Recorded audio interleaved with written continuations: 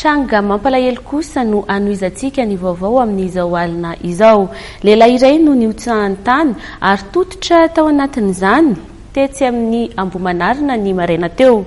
Nanano sarotra ny fanavotana azy, soa ihany fa afitra soamantsara raha lehilahy ary velona soamantsara izy. Ny sampana mpamonjy voina moa no nanatanteraka ny asa-pamonjena teny ny Ambohimanarina. Ny andinindin'izay. Afitra soamantsara ilay tovolahy nototorany tany tetsy Ambohimanarina. Teo ampanatanterana ny asany ity tovolahy ity no voatototra. Mitantara ny zava-nisy ny namany. Zana nosika tety moa le tany nrotsaka tapoka dia izy zany lasa nitsofoka anakany indray moa le anankiray tafavoaka fa tsy tafavoaka antsony le izy avy eo. Mbola anakivoaka ihany izy fa tsy tafavoaka antsony. Natsona izy aloha dia mbola niteny izy hoe hafa ato amin'ny zorony ato sorona dia zay tsy maintsy namonjy azy koa zay. Taoriny ny anjovoray ny sampana mpamonjy voina fa misy olona totorany tany etsy Ambohimanarina dia avy hatrany izy ireo namonjy izany.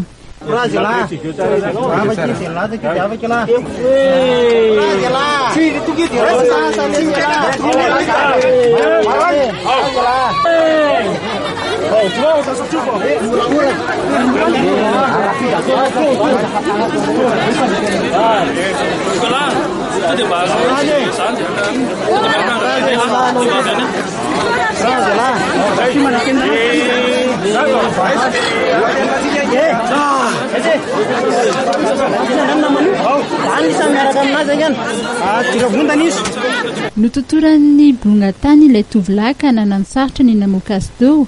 Afitra soamantsara nefa izy. Mpamonjy voina maro no nanatanteraka ny asa famonjena. Tamin'ny 10 minitra nahazo antso.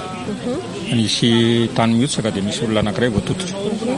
Nainga avy hatrany moa zay miaraka amin'ny ambulance sy ny infirmier zay eo aminay dia nanatesa ny asa.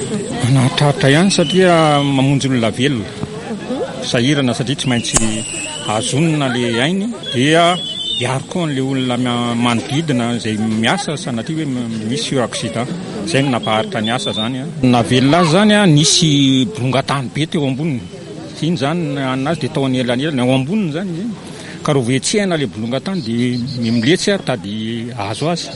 Ka raha vao miotsaka ao anatiny izy dia tonga dia lasa tsy tanany ainy dia zavatra lasa sur accident be zany satria ny ain'ilay olona zany mbola velona kanefa ndrasa sanatria hoe anao miasa na lasa maty ilay olona dia lasa tsy mpanavitra tsony indray zay.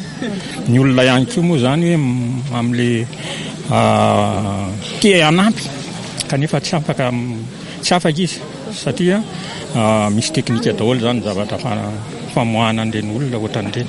Na dia tsy tena ary fomba aza ny fitaovana eo ampelatanan'ny mpamonjy voina eto amintsika dia miezaka manatanteraka ny asany hatrany izy ireo entina amonjena ny mpiarabelona aminy. Ireo ny asa teto amin'ity toerana ity kosa dia tsy mba manao irony fitaovana fiarovana irony na boty na aroloha na combinaison.